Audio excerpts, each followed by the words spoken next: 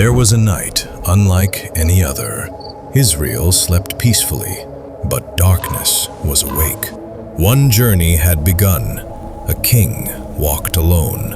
Every step carried him closer to forbidden ground, to a house without hope, where a woman waited, the Witch of Endor. But this story began with a child. His name was Samuel. God's faithful servant grew into one of Israel's greatest prophets. Israel trusted his voice. He spoke God's words. He guided a nation. Then came Saul, Israel's first king, chosen by God. Victory followed. Hope filled Israel. Pride quietly entered King Saul's heart. Samuel was late, but Saul refused to wait. He crossed a line God had never given him. Then Samuel appeared. The prophet's words pierced the king's heart. Obedience mattered more than sacrifice. But the lesson was soon forgotten. Another command came from God. Victory was complete. Yet Saul spared the enemy king. He also kept the best of the livestock. Partial obedience was still disobedience. From that day, their paths began to separate. The king was no longer at peace. He searched for God's guidance, but silence was all he found. Samuel mourned for Saul. His heart was heavy. Then the Lord spoke. "How long will you grieve for Saul? Fill your horn with oil and go. I am sending you to Jesse of Bethlehem." God had chosen a new king. The prophet journeyed to Bethlehem, to the house of Jesse. The town received him with honor. Jesse brought his sons before the prophet. Each looked worthy to be king, but the Lord had chosen none of them. Samuel asked, "Are these all your sons?" Jesse answered, "There is still the youngest. He is tending the sheep." Samuel said, "Send for him. We will not sit down until he comes." So they brought the young shepherd. Then the Lord said, "Rise and anoint him. This is the one." Samuel anointed David as Israel's future king. From that day, the Spirit of the Lord came powerfully upon David. The prophet returned to Ramah. The shepherd's journey had only just begun. Years passed. Seasons came and went, and Samuel grew old. Yet he remained faithful to the God who had called him as a child. He guided Israel, spoke the word of the Lord, and prayed for his people, until at last, the great prophet's journey came to an end. Samuel died, and all Israel mourned for him. They gathered at Ramah to honor the prophet who had faithfully served them for a lifetime. Samuel's voice had grown silent, but the work God began through him would continue. But Israel was moving toward war. The Philistines gathered a great army against King Saul.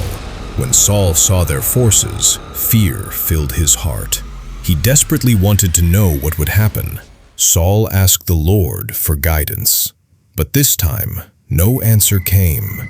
No dream, no prophet, only silence. "Find me a woman who can consult the dead." "There is a woman at Endor." Saul had forbidden such practices, but now fear drove him toward the very thing he had condemned. That night, Saul disguised himself. With 2 servants, he secretly left the camp. They traveled through the darkness toward Endor. Even the road ahead seemed swallowed by the night. At last, they found the woman Saul was searching for. "Consult a spirit for me. Bring up the one I name." You know what Saul has done. He has droving people like me from the land. Why are you setting a trap for my life? "As surely as the Lord lives, you will not be punished." The woman finally agreed. She led Saul deeper into the house. Below was a hidden chamber, lit only by weak lamps. Whom shall I bring up for you? "Bring up Samuel."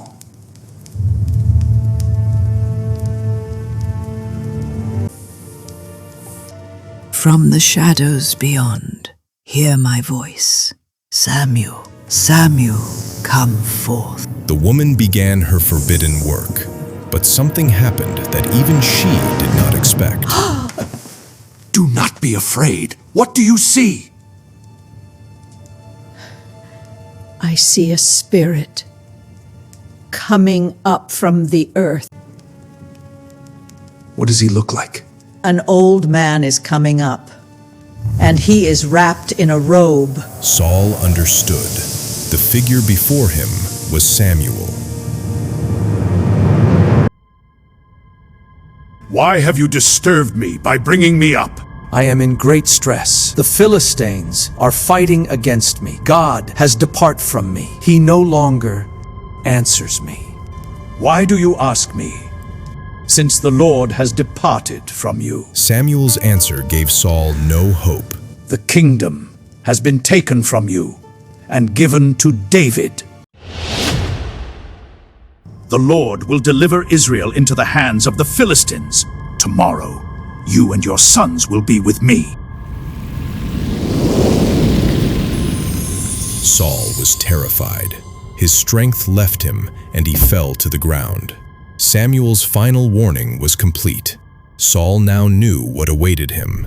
Before dawn, Saul left Endor and returned to his army. Morning was coming, and so was Saul's final battle. The next day, beneath the cold light of dawn, the Philistines advanced against Israel on Mount Gilboa. The armies collided across the rocky slopes, and the mountain thundered with the sound of battle. But Israel could not hold the line. The soldiers broke before the Philistines, and many fell as the survivors fled down the mountain. In the chaos, Saul searched desperately for his sons, but one by one they were overwhelmed, including Jonathan. And now, the words spoken to Saul the night before were becoming reality. The Philistine archers closed in. Their arrows found Saul, leaving the king badly wounded. Draw your sword